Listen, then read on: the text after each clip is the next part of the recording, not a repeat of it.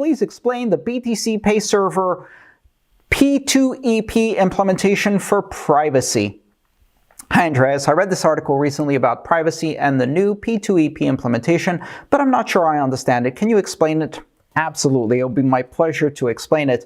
P2EP stands for Pay to Endpoint, and it's a privacy technology developed, I believe, in 2018 during a privacy-focused summit organized by the company Blockstream.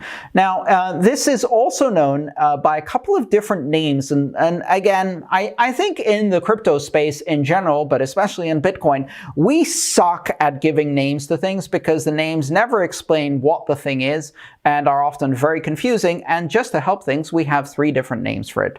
So P2EP is also known as Payjoin, and is also known as an implementation called BTCPay, which has become a BIP. The bottom line is this, and I'll try to explain it in simple terms if I can. Let's say I am selling a book online and you have $20 that you want to send me in the form of Bitcoin, and you want to make a payment on my store that's running BTCPay Server. So in a traditional payment, you construct a transaction that has 1 or 2 inputs from your wallet and then pays 2 outputs usually. One, which is my $20 for the book that you want to buy, the payment to me, and some amount in change. Now, in that kind of transaction, it's fairly easy for analysis firms to assume that the 2 inputs are controlled by the same person, and this is called input correlation. That heuristic is the most foundational heuristic that all analysis companies or surveillance companies use in order to violate the privacy of people using blockchains. So, how do you break that heuristic? And that's what Pay to Endpoint does. Now, assume that, let's say Bob, who's buying the book from me, instead of simply constructing and broadcasting a transaction, constructs the transaction with 1 input from their wallet to pay me, let's say that's $30, and then 2 outputs, $20 to me and $10 back in change to Bob. So that's a normal transaction, but they don't broadcast it. They partially sign it. They sign their input, and they send it to me as a partially signed transaction over a protocol between the 2 wallets. So both wallets have to be online.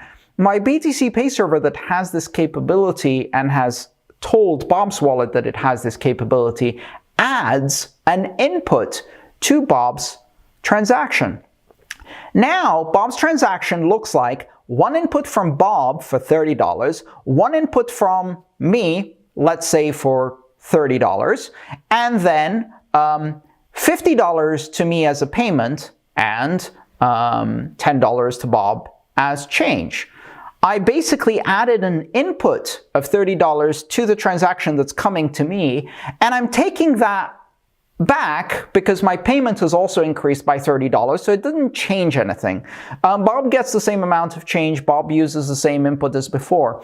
By adding this input, I then sign it, send it back, Bob's wallet broadcasts it, and the payment is made. Now, if you look at that transaction, it has 2 inputs, but one of them is owned by Bob, one of them is owned by my wallet, and in fact, that could have been a payment from a previous customer. So now, if you're looking at that from an analysis perspective, it looks like those 2 inputs are controlled by the same person, but they're not, and we've effectively mixed the history of those 2 coins together, confusing the analytics algorithms. And if you want a simpler example, Bob comes into my store, and before paying me, I give Bob $20 that he adds to the amount of payment that he's going to pay me and gives back to me that I put in the till. Somebody looking at the amount of money that Bob handed me will be thoroughly confused as to exactly what was paid for, how much it cost, and who contributed money. So that's the mechanism of Pay to Endpoint, or Payjoin as it's called.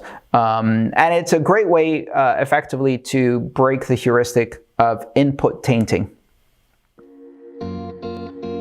If you enjoyed this video, please subscribe, like, and share. All my work is shared for free, so if you want to support it, join me on Patreon.